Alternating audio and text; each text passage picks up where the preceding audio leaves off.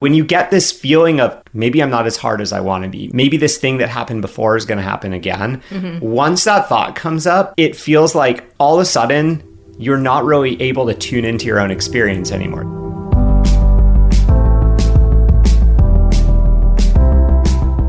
Hello and welcome to the Pillow Talks podcast. We're your hosts, Vanessa And Xander Marin. I'm a sex therapist with over 20 years of experience. And I'm just a regular dude. We share the ups and downs in our relationship while giving you step-by-step techniques for improving yours. Make sure you subscribe for your weekly double date full of totally doable sex tips, practical relationship advice, hilarious and honest stories of what really goes on behind closed bedroom doors, and so much more. It's the sex education you wish you'd had. Today, I have a mystery for you. Okay. It is the case of the misbehaving penis. Oh, it sounds intriguing. Yes. Is this a bedtime story? No, it's not a bedtime story. Okay. This is the kind that might keep you up at night. Yeah. So you don't want to tell it at night. Yeah. It's a mystery with lots of twists and turns. Yeah. No straight line to the hard evidence. I watched your brain really put that one together there. So today we're going to figure out the mystery of what does it really mean when a penis is misbehaving. And this is actually many cases wrapped up in one because we get DMs about this all the time. Oh yeah, we get so many variations of it, so many interpretations, so many assumptions. So we hear things like, what does it mean he orgasms in 10 pumps or less? I have to finish him off with my hand. He doesn't get hard when he goes down on me. He says that he doesn't like blowjobs. He takes over an hour. Or he goes limp when I get on top. Many mysteries. Suspicious. So today we are talking about penis performance issues. Look at that alliteration. Penis performance. Too bad we couldn't think of another. Penis performance problems. There we go. There we go. Penis performance problems. We're going to be talking about 4 specific ones. Struggling to get hard in the first place, losing your erection partway through, orgasming too quickly, and taking too long to orgasm. All right. And jam-packed. Yeah, the specific twist that we're taking on this, so we're going to go through the common interpretations that we hear of like what this really means. And we're going to tell you why your interpretations are actually wrong and why it's hurting your relationship. So if you have ever encountered a penis who was not cooperating, just did not want to join the party, then this episode is going to be a must listen for you. Or that penis wanted to party too hard and didn't know how to go, didn't go home. I think our art for this episode is going to have to be the little party penis that our team member Tiff illustrated for us. Oh, yeah. He has the little party hat on. He's ready. Yeah, I mean, he could be illustrated in a couple of different configurations. You want to have him partying too hard? To illustrate, the general issues. He's like passed out. Social anxiety penis. He's struggling to even go out in the first place.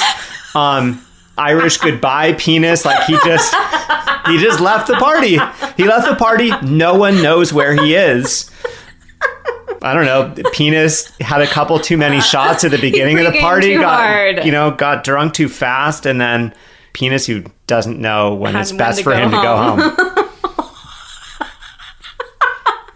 You're really thinking on your feet. I'm very impressed with you. I am. I know this can feel like a heavy topic, and I want to balance that with a little bit of humor because I think that we'll get into this a little bit more, but when we take these things too seriously, we make a lot of bad assumptions. We create a lot of pressure that doesn't need to be there. So, I want to bring a little levity to the situation. We are definitely going to have to get this episode illustrated. Honestly, I wish someone had brought some more levity to the situation at times when I have struggled with these.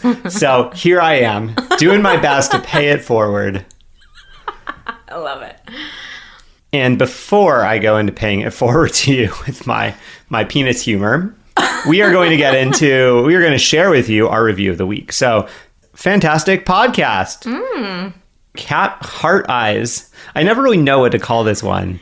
I don't know why. Why is it Like, a cat? why is it a cat? There aren't that many cat emojis, are there? Like cat face. There are a couple cat face ones. Why aren't there dog ones? I don't know. I would love to use a dog face one, but nobody made it. Okay. Maybe it's a little harder to show, like, there's not like a stereotypical dog feature that you could just put on floppy ears. Yeah, floppy ears. Okay.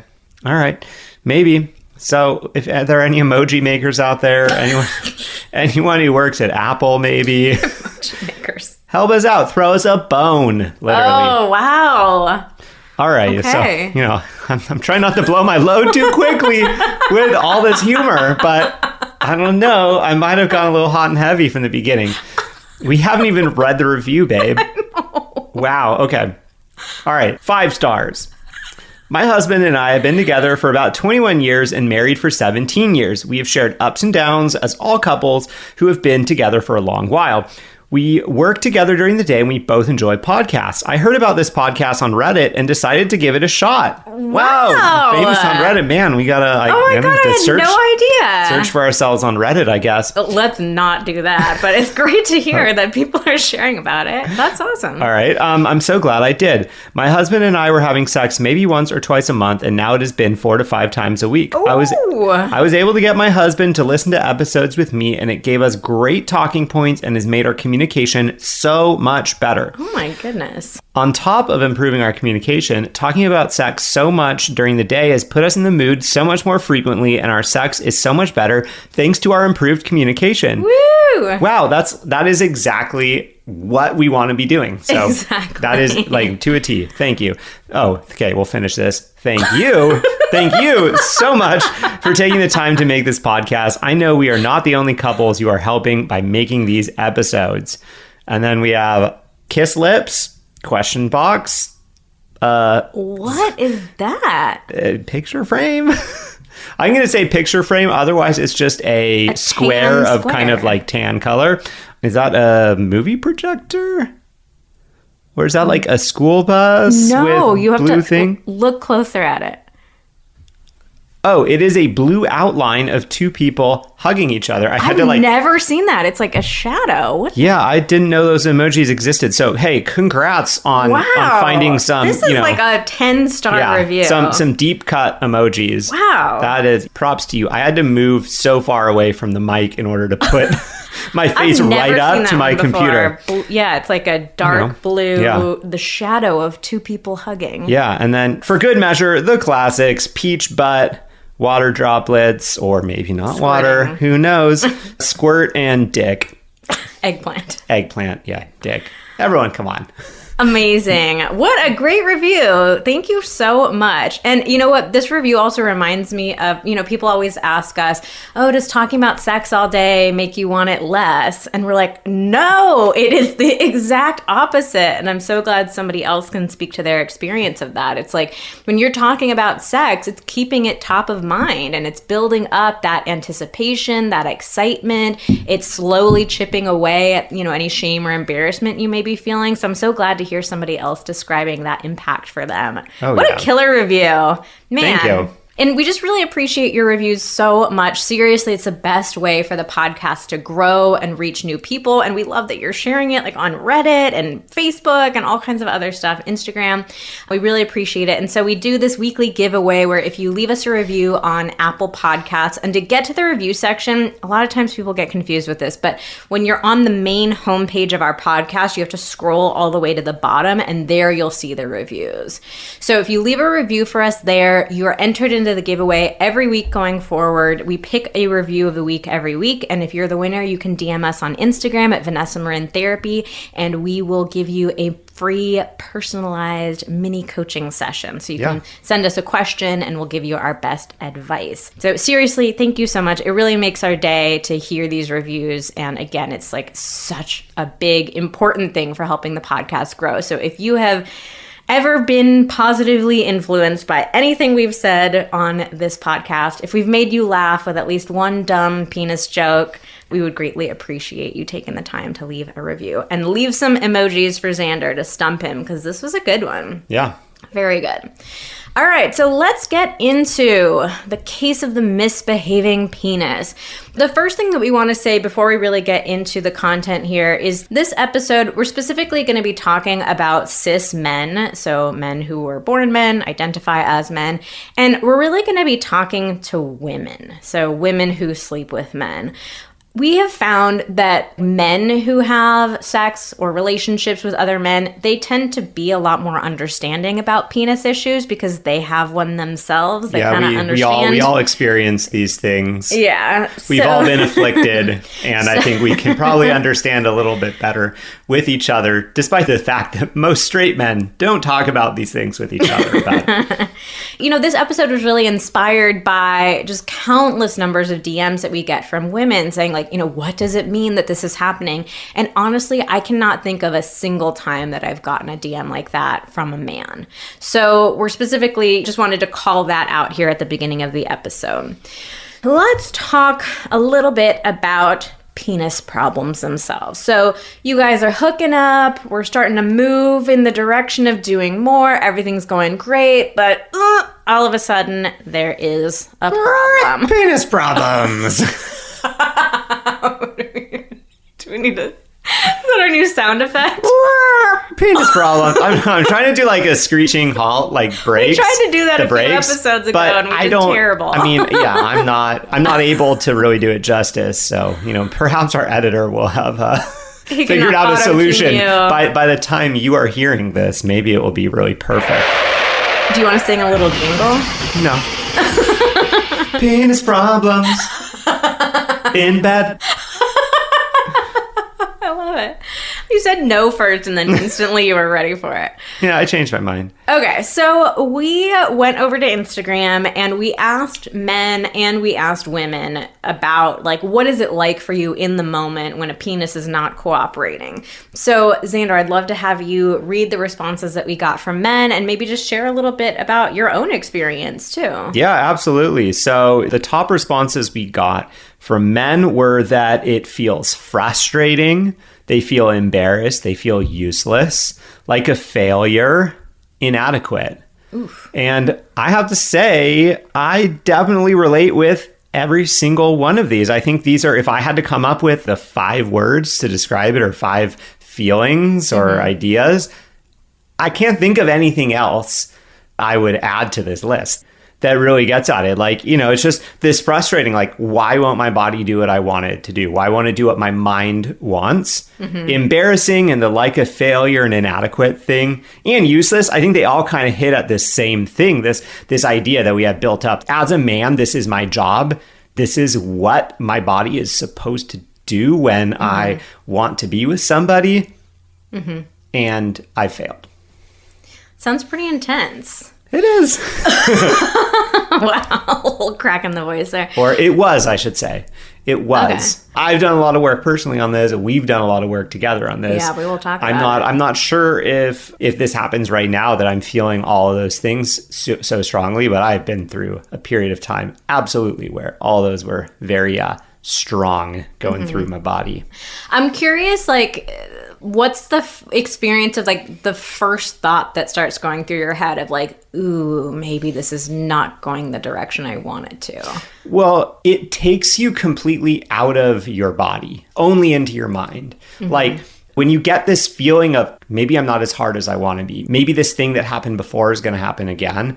Once that thought comes up, it feels like all of a sudden you're not really able to tune into your own experience anymore. So you might have been enjoying yourself. You probably were enjoying yourself, either getting hard or maybe you're in the middle of sex and you're having sex and it's feeling good. And then something shifts and all of a sudden it's like, you're not really there anymore. You're in your head, you're spiraling through all these different things like, oh, what if this happens? Oh, get hard, stay hard. Think about this, think about that. But the more you tell yourself to think about something else, you think about the thing you don't want to be thinking about. Yeah. Yeah, it's just it's a disorienting experience. This is also reminding me of when we had the episode about like getting distracted during sex. We were talking about how, you know, for women, I think it's a much more common experience to get distracted during sex. And I remember one of the first conversations you and I ever had, I think I asked you about like, you know, oh, do you get distracted during sex too? And you're like, no, like I'm just in my body enjoying the experience. Yeah, unless this happens. Yeah. So it must be like a particularly jarring experience for you of like the vast majority of the time you're used to just like being in your body in the moment, enjoying the experience. And now you're having this like,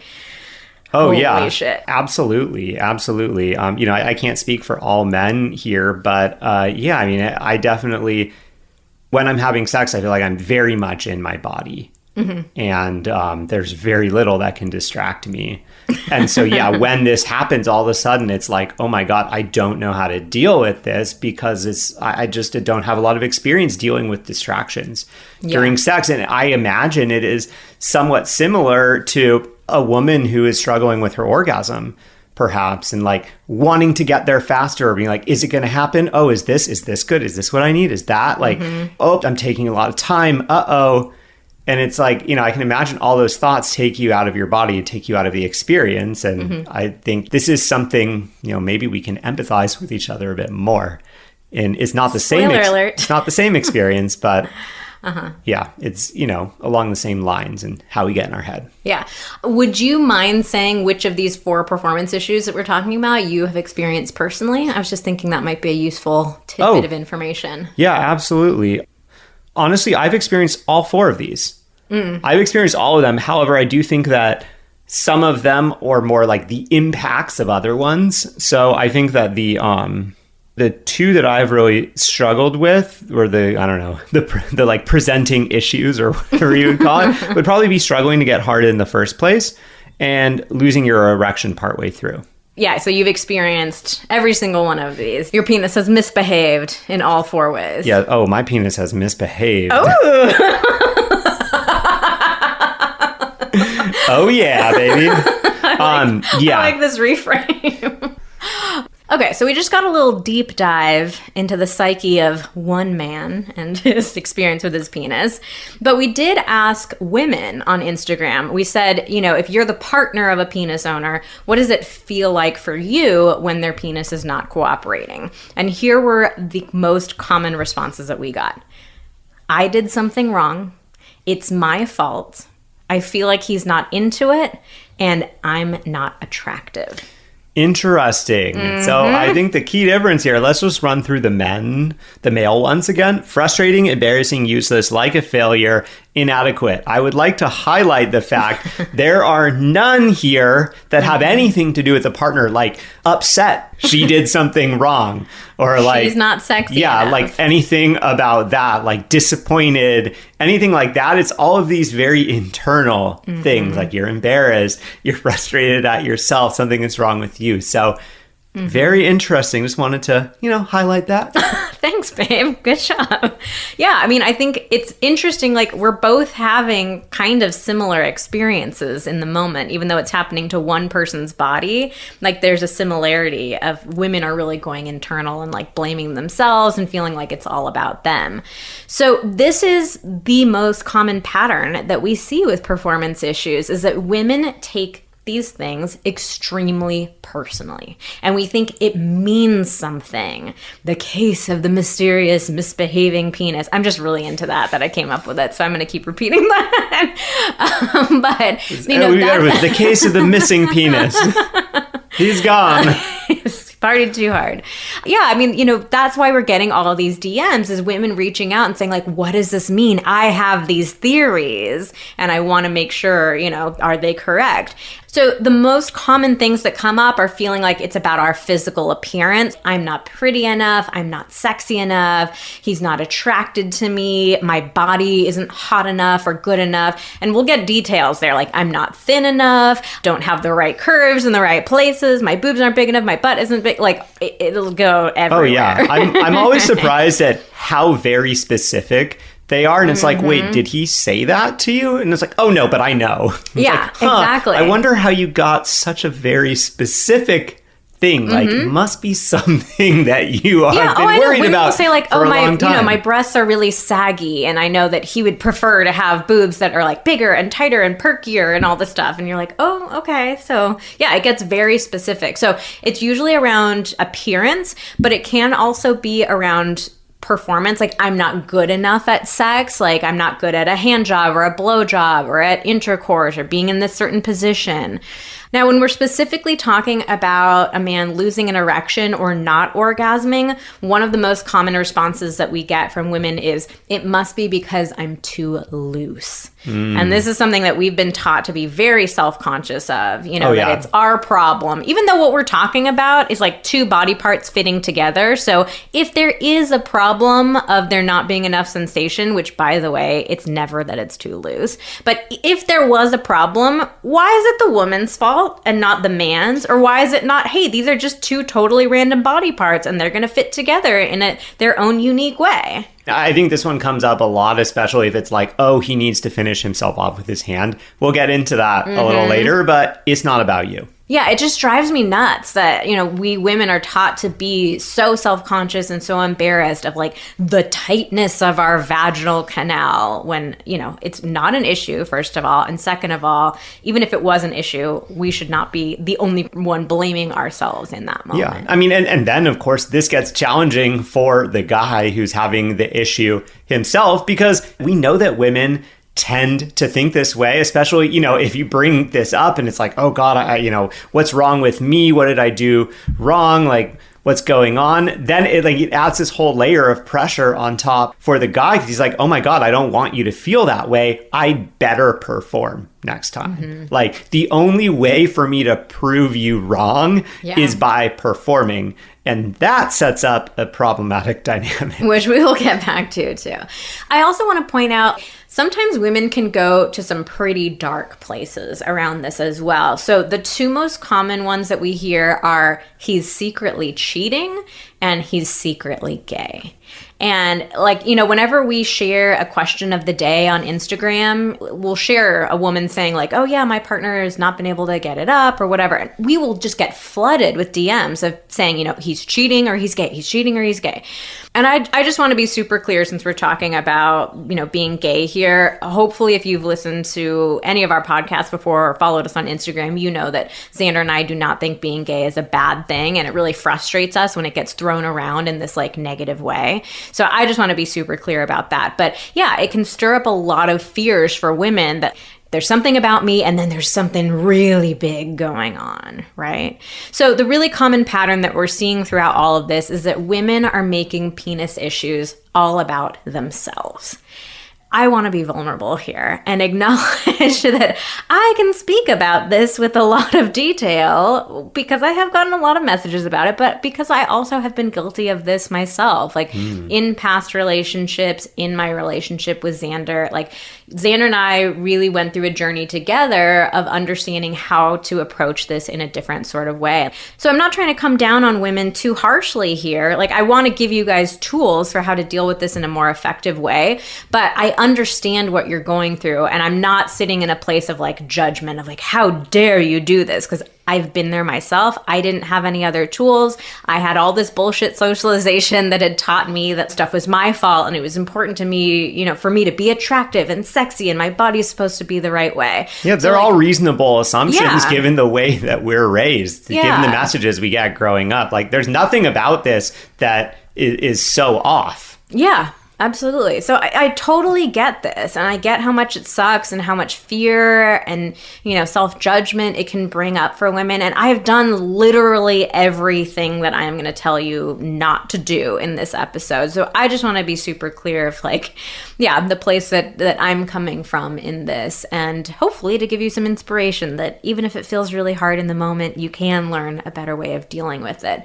But, I was taking some time to think about where did this reaction come from inside of me? And a lot of it is just straight up the socialization that I received, that we do get a lot of really crappy messages as women, and it's really easy for us to blame ourselves and to turn things internal. So the vast majority of it was that. But I think I also struggled with a lack of compassion. And maybe even like as I was even starting to train to become a sex therapist and learning more about sexuality, there was this lack of compassion on my part because I sort of felt like men have it so much easier than women when it comes to sex in every regard. And like, can't you at least just perform? Like, it came from a pretty dark place within me of like, I have to deal with all this other shit about my body, and I smell weird and I taste weird and I can't be too sexual, but I can't be a prude and all this stuff. And like, you know, where it feels so easy for men. And I think there was just this like huge resentment within me of like, I have to deal with all this crap that men don't. The very least you can do is perform. Yeah, I mean, it's, you know, it's like, oh, you got this penis, you usually can like orgasm pretty easily. It's not that hard for you. Like on the flip side, spending all this time like struggling to get to orgasm. Oh yeah, and my own orgasm struggles too. Like everything about sex just felt so much easier for men. I'm curious what it felt like for you, because as soon as I said that, the least you could do is perform, you got a look on your face. I mean, yeah, I mean that it feels like, I mean, it just brings me back to that time early on in our relationship where hearing that, having a performance issue in that context, it just reinforces those feelings that I read that typically come up for men. Because what I hear, oh, well, the least you can do is this. It really triggers that like male provider thing where you go, yeah, well, yep, that's my fucking job. That's my fucking job. And that's the least I could do is provide for you. The least I can do is put a roof over your head. The least I can do is fuck you every now and then. Every now and then, you know, like, and yeah, it hits home because it's like I was just saying a minute ago where it's like all these assumptions that women make a lot of sense. For me, it's like, even now I hear that and I'm like, well, that sounds reasonable to me.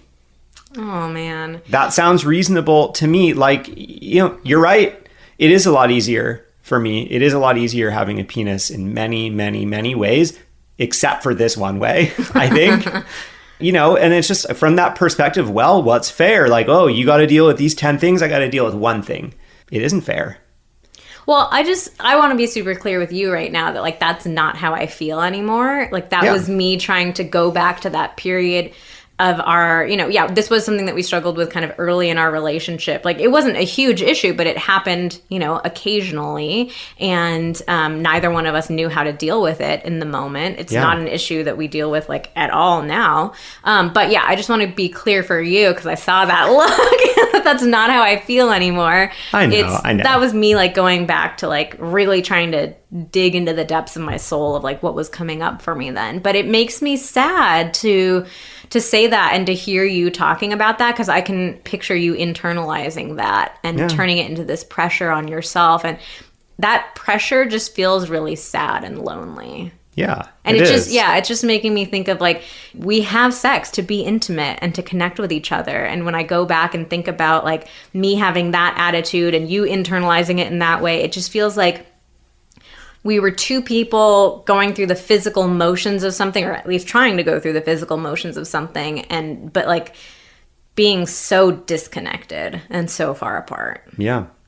Thank you. I appreciate that. And like a little therapy session for us here. I know that this isn't how you feel now. We've done a lot of work and action and talking about it and whatnot. So I do know that.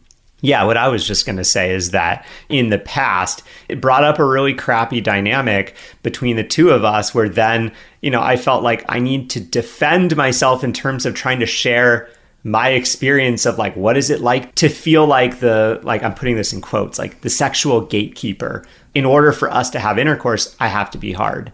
And back then, we had no tools to talk about this. It was like, if I want to have any chance for you to have an orgasm, I need to be hard. Mm-hmm. That's wrong. Yeah. I know that now. But yeah, it felt like, for me, it's like all this pressure of like, well, in order for us to have a quote, good experience, having sex, I have to be hard. And so, yeah, I have it so easy in so many ways, but it's hard to describe like the burden of that, of being that gatekeeper. And I mean, I think the real key to solving this problem was understanding that I am not the gatekeeper. I was the gatekeeper for the type of sex that we were having then. Yeah. the idea that my penis was 100% responsible for your orgasm, that there was only one way to have a successful session of sex. It had to be, we had to totally reframe like what sex means. Yeah. And what our roles were within that. We'll get to all of that, but yeah, it was definitely a journey. I want to share one interesting little twist in this whole story, which is that there's one specific penis performance issue, which is orgasming too quickly.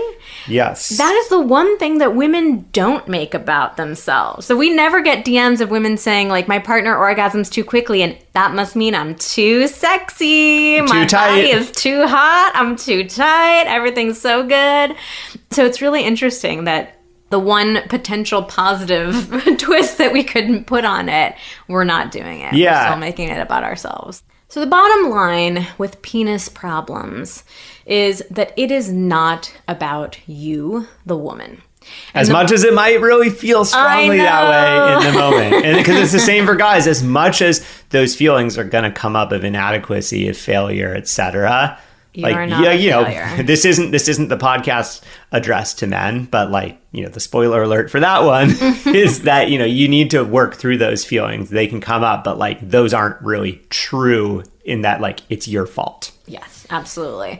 So if you're a woman, having sex with a man who's having some penis issues, the more that you make it about yourself, the more these issues will probably continue. Yep. So I think here's where we can get a little bit more into our story, because I think what happened for us unfolded in the way that it very commonly does. So performance issues can be caused by a number of different things, medications, medical conditions, mental health issues, all kinds of stuff. But honestly, the most frequent cause is that a performance issue happens just once, kind of randomly, out of nowhere, and it starts to spiral from there. Yep. So do you want to describe what that felt like for you about, so we have a random, I think, I don't remember the exact first time that it happened for us, but I think there was probably one time that you couldn't really get hard. It just wasn't working. Or maybe I lost it partway through. I don't remember. It's one of those two.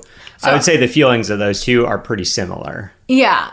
So actually, maybe I should go first. So the things that I used to do were, I remember getting really upset and feeling like, oh my God, it's totally about me. He's not into it. I'm not sexy. And I would get really shut down, just not want to talk to Xander. I would put a stop to things.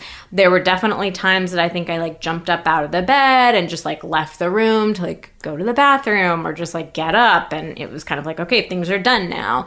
So I did a lot of I had a lot of bad reactions, and I don't remember which one came first or how that all unfolded. But for you, I'm sure you probably remember that feeling of okay, so it happens just once. I have some sort of really negative response to it. You probably don't feel good about it just on your own too. Yeah, I mean, for me, what it felt like in those moments is, I felt that initial embarrassment, that initial feeling of inadequacy. And my gut reaction was to want to somehow have some emotional closeness with you. And then, but if you're getting up and leaving, then it's oh my God, I can't get that. What am I going to do? And then kind of feeling oh, I guess I need to find a way to verbally explain myself and explain something that I can't really explain.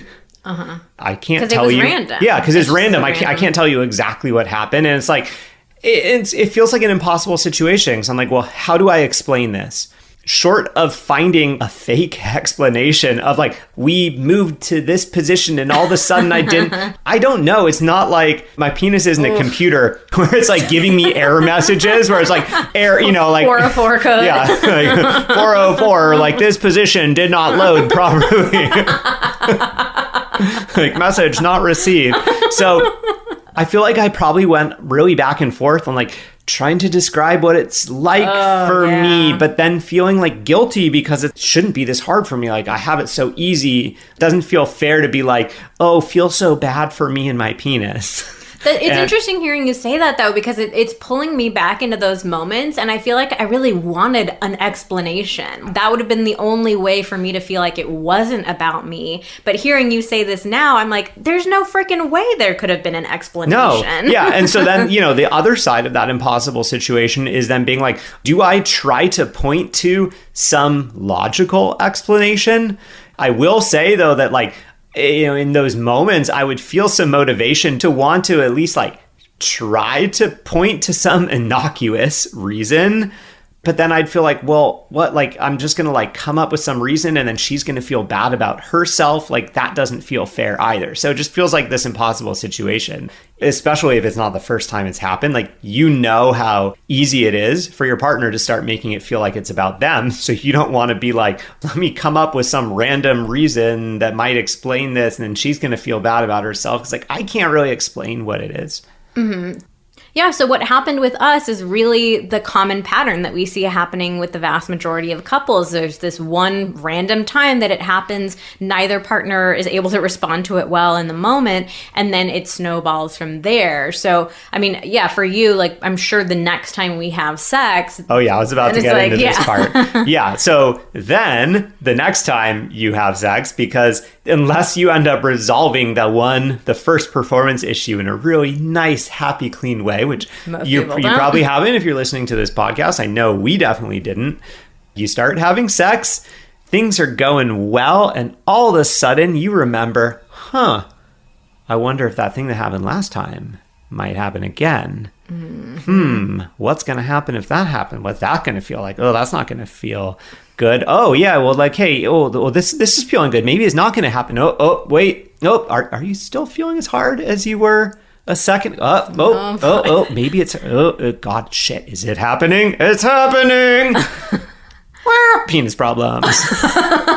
In bed. Yeah, so, I mean, whether you are losing your erection midway through sex or other activities, or you're struggling to get the erection, it's those thoughts are happening either when it's like you're starting to make out and it's, oh, great, I can't wait to have sex. And then...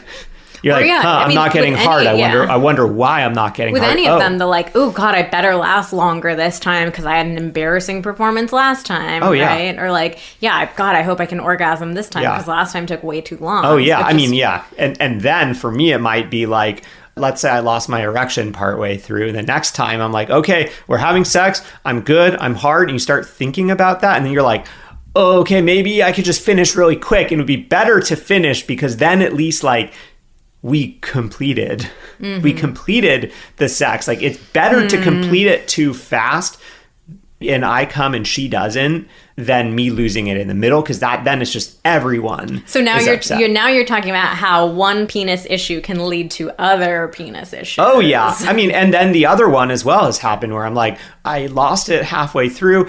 I didn't give her an orgasm. Back then it was like I wasn't really thinking about other ways I could be giving you orgasms. And then I definitely had a number of experiences where I had delayed ejaculation as a result of getting so in my head about like, okay, like I got to make sure she comes. And then all of a sudden I'm like, okay, well, I'm hard, but like I'm not anywhere close. Like, what the hell do I do now? Mm-hmm. Yeah, and this is definitely what I've seen in my sex therapy practice is that one penis issue can lead to another. So if it's, he orgasmed too quickly, then he's feeling so anxious about he's going to orgasm too fast again that now he can't get it hard. Or he couldn't get it hard, and now he's so nervous about it and, wanting to make sure that it happens and he comes too quickly. They can just all feed into each other and it can get so much more complicated. So the bottom line with penis issues is that our bodies are not machines. They do not always do what we want them to do. So you are going to deal with penis problems at some point in your life if you haven't already. It's just a part of being human. Our bodies do not always do what we want them to do. You're not going to be able to completely eliminate or prevent them from happening, but if you can deal with them better in the moment, you can drastically decrease the likelihood of them, continuing to happen in the future. So let's talk about what to do in the moment instead. So the very first thing is, don't make it a big deal. Do not start crying. Do not accuse him of being secretly gay or cheating. Do not get out of bed in a huff. Do not close down and refuse to talk to him. especially if it's the first few times that it's happened, the lighter you can be, like easy breezy in those moments, the better. So if it's just like, oh, no big deal, move on to the next thing. You know, in terms of practically like what to do, I think it's great to suggest doing something else. So Xander was talking earlier about how he felt like he was the sexual gatekeeper for so long. Like his penis had to be hard and cooperating in order for us to have sex. The bottom line, though, is that you can have sex in a lot of different ways, and not all of them require an erect penis. Yeah, I mean, you know, speaking of that male desire to be the provider, like, give him a job.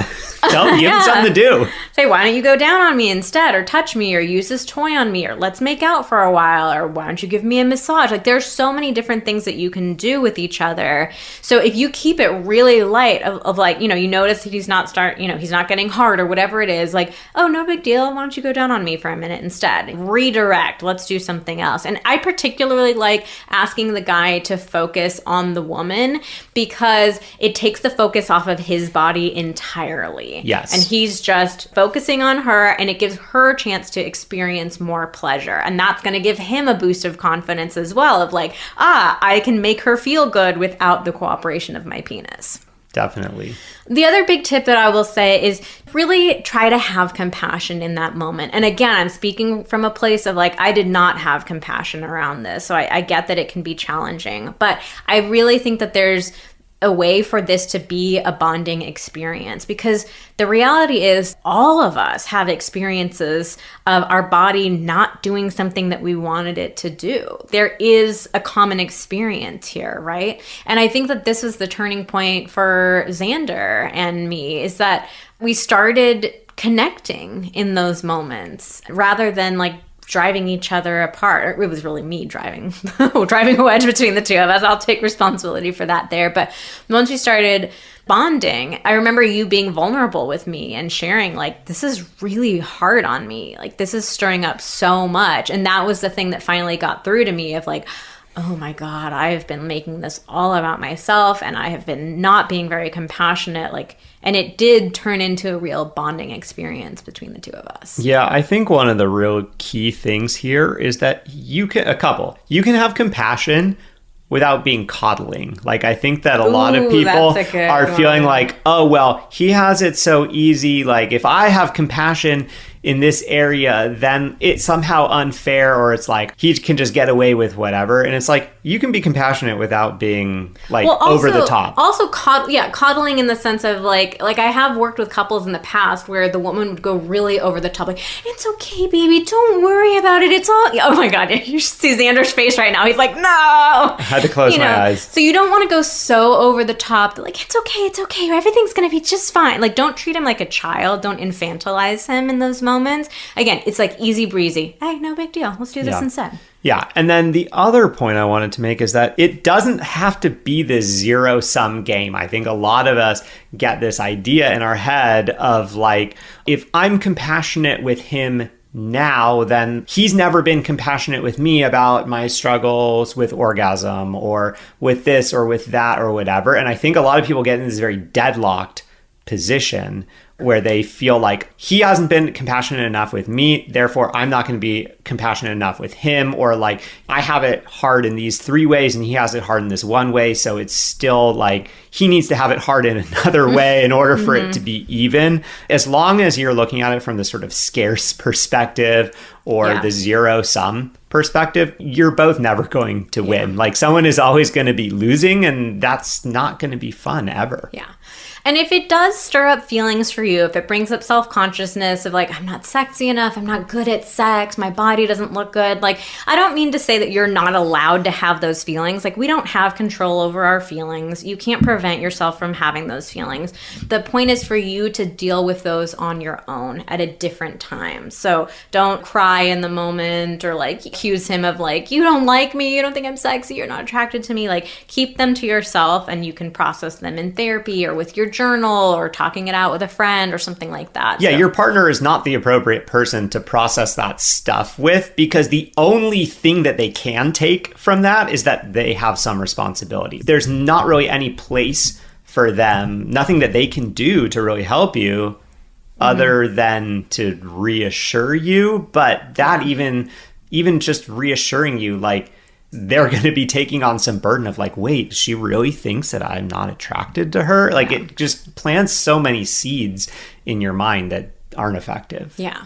And then the final thing that we want to say is, of course, performance issues can become perpetual, like they're happening all the time. And we said earlier that there can be a lot of different causes for things, a lot of different things that can come up other than just the snowball effect that we've been talking about. So if performance issues have turned into a major issue in your relationship, then definitely check out our Modern Man's Guide. We'll put a link to that in the show notes, but it goes over each of these 4 performance issues and gives really practical, tactical tips for overcoming every single one of them. I've worked with thousands of men, with all kinds of different issues, and I've developed a lot of different techniques. Bottom line with performance issues is that they are very solvable. It's not like you're doomed and it's always going to happen, even though it might feel like that in your head sometimes. Yeah, and they're also, the vast majority of these problems are psychosomatic. They're not medical problems. I think a lot of people hear, oh, he's having recurring penis problems, or I'm having recurring penis problems, and they go straight to the doctor and say, oh my God, I think I have ED.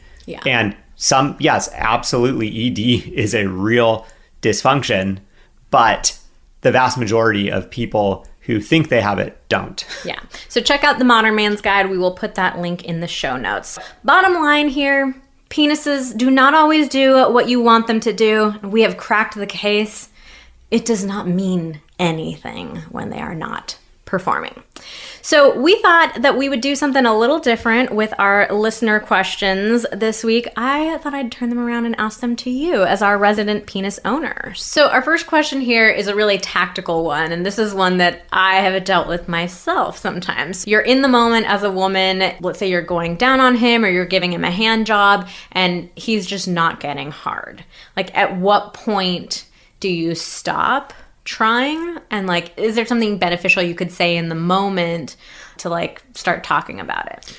All right. Well, I think that you're going to have to first have a conversation outside of the bedroom in a neutral situation about this in general. Like if this is something he struggles with frequently, maybe talking about like, what is it like for him, and talking about what are some things that might feel good for you to hear in the moment. What are some other activities that you might be interested in doing if you're struggling? Because I know from my experience in struggling to get hard, well, the first thing is that for me, my perception of time, like totally, I don't know if it speeds up or slows down. Basically, short amounts of time feel very, very long. And I get really concerned of, oh my God, I'm taking so long. And then Vanessa will be like, it's been like 2 minutes. But so like I can assure you that probably for him, it probably feels like it's taking even longer.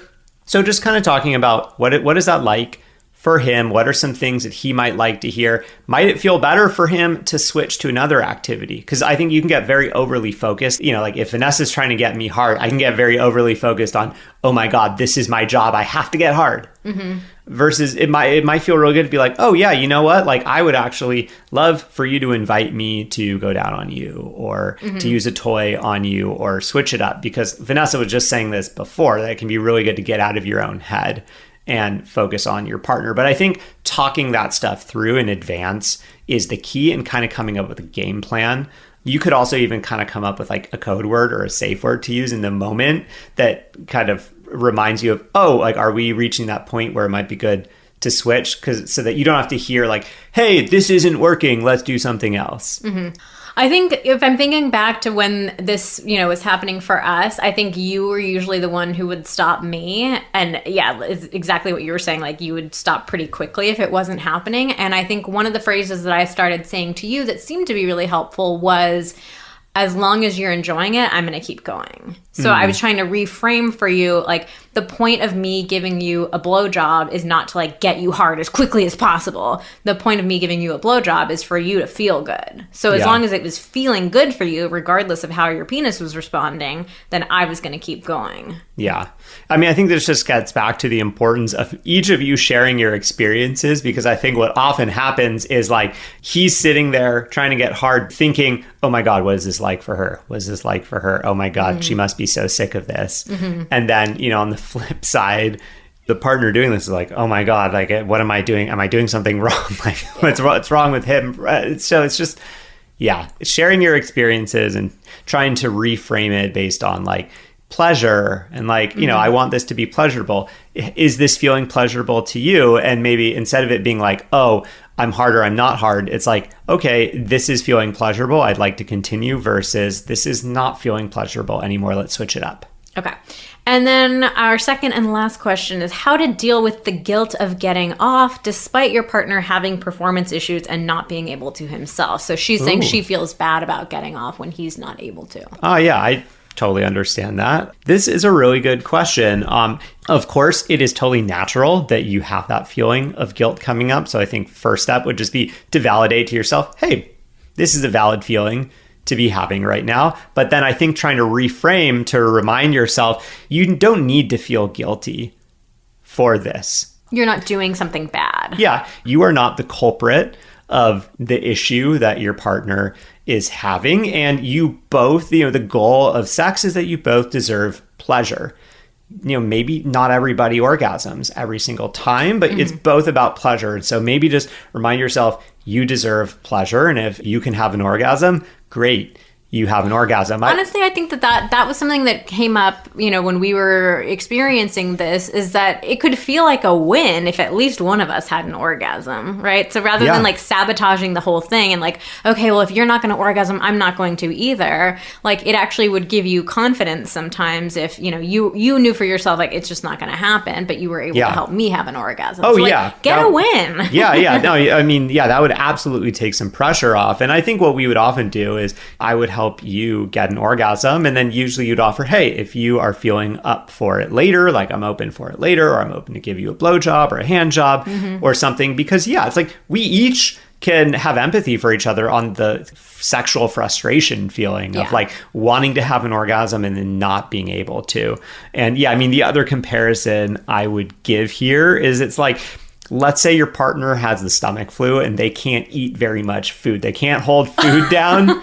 Let's not think about the throwing up. But like you're not going to be, you know, your partner's eating bland food, right? To just get a couple nutrients in. That's all they can handle. You don't need to eat bland food too. No one else is going to be like, okay, oh my God, all I can do is eat toast because that's all you can eat. Yeah. Like you are allowed to eat a normal meal. And I'd say 99% of the population does not feel bad about that. And so I think this is really the same thing. It's sex and food are both like biological needs that we have. It is okay for you to have your needs met.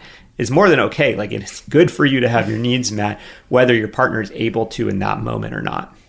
All right. Well, we are wrapping up this episode, closing this case. I hope that we've given you a totally different... Xander's just laughing at me. It's cute. The case of the misbehaving penis. I hope this has given you a reframe of, you know, what penis problems actually mean and a better, healthier, happier way to deal with them in the moment. And we also just wanted to say performance issues on the man's part, on the woman's part, like they definitely can make sex feel a whole lot more complicated and less pleasurable and enjoyable. And like we keep saying, like they can really snowball and cause so many other issues. And so we just wanted to give you a little hint that if you have been experiencing sex that's not feeling very enjoyable, not very connecting, maybe you're even having less sex because the sex that you are having isn't feeling so exciting, we are going to have something coming out in a couple of weeks. Just keep an eye out. Come follow us on Instagram at Vanessa Morin Therapy. Make sure you're on our email list. You can go to vmtherapy.com/subscribe and we will have something exciting coming your way. All right, well, that's it for today's episode of Pillow Talks. Thank you so much for listening. Join us again next week when we talk about dry spells.